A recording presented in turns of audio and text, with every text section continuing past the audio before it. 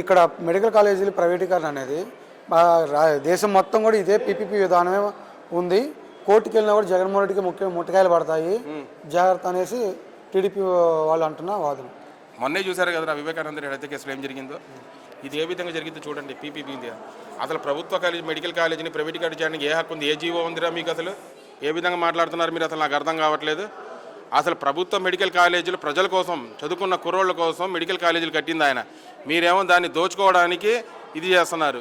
అసలు మీరు దొంగలారా? అసలు నాకు అర్థం కావట్లేదు. లేదంటారు జలో దొంగలందరూ ఊళ్ళు పంచుకున్నట్టు మీరేమో ప్రభుత్వం అసలు దోచుకోవడానికి వచ్చారు. నాకు అర్థం కావట్లేదు.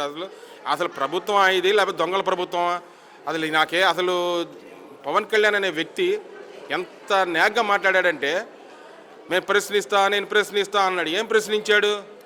ప్యాకేజీ స్టార్ అయ్యాడు అతను. ప్యాకేజీ గురించి మాట్లాడతాడు ఇప్పుడు జగన్మోహన్ రెడ్డి గురించి మాట్లాడితే సాయంత్రం కల్లా ఒక 500 కోట్లు ఇచ్చేస్తాడు చంద్రబాబు నాయుడు. ఈ రోజు వరకు దేని గురించి మాట్లాడుతున్నాడు పవన్ కళ్యాణ్? ఇన్ని అగాత్యాలు ఆడపిల్లల మీద జరుగుతున్నా కూడా మాట్లాడుతున్న నోరు ఇప్పుతున్నాడా? సుగాలి కేసు అన్నాడు. ఏమైంది అంటున్నా?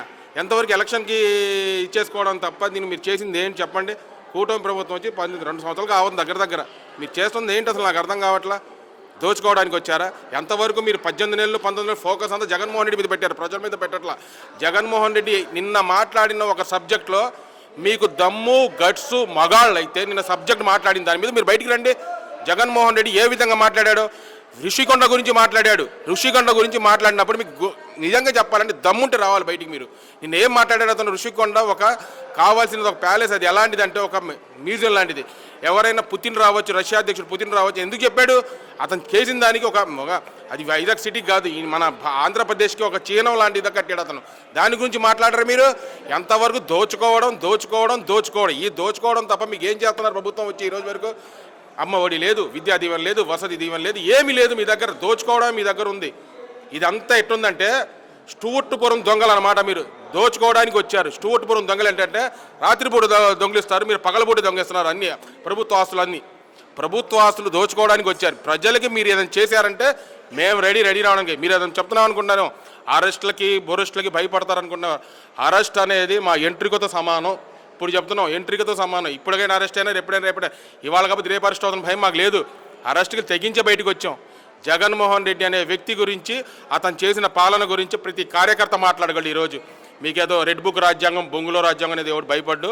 దీనికి దమ్ముంటే నిన్న మాట్లాడిన జగన్మోహన్ రెడ్డిని ఒక్కొక్క సబ్జెక్ట్కి మీరు మాట్లాడి, మీ ఎంతమంది ఉన్నారుగా 164 మంది మీ ఎమ్మెల్యేలు మినిస్టర్లు ఉన్నాం కదా, జగన్మోహన్ రెడ్డి మాట్లాడిన దానికి దమ్ముంటే బయటకు వచ్చి మాట్లాడండి.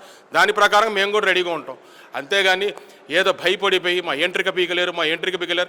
ఆల్రెడీ జగన్మోహన్ రెడ్డి ఎంట్రిక మీ పీకలేకపోయారు ఇప్పుడు దాకా అధికారంలో మేము ఉన్నట్టుంది, మీరు ప్రతిపక్షంలో ఉన్నట్టుంది. యాక్చువల్గా చెప్పాలంటే ఈరోజు జగన్మోహన్ రెడ్డి వస్తున్నాడంటే కింద నుంచి పై దాకా ఎకరం దొరుకుతుంది. ముఖ్యమంత్రి గారి నుంచి, డిప్యూటీ సీఎం గారి నుంచి, ఐటీ శాఖ మంత్రి లోకేష్కి కూడా.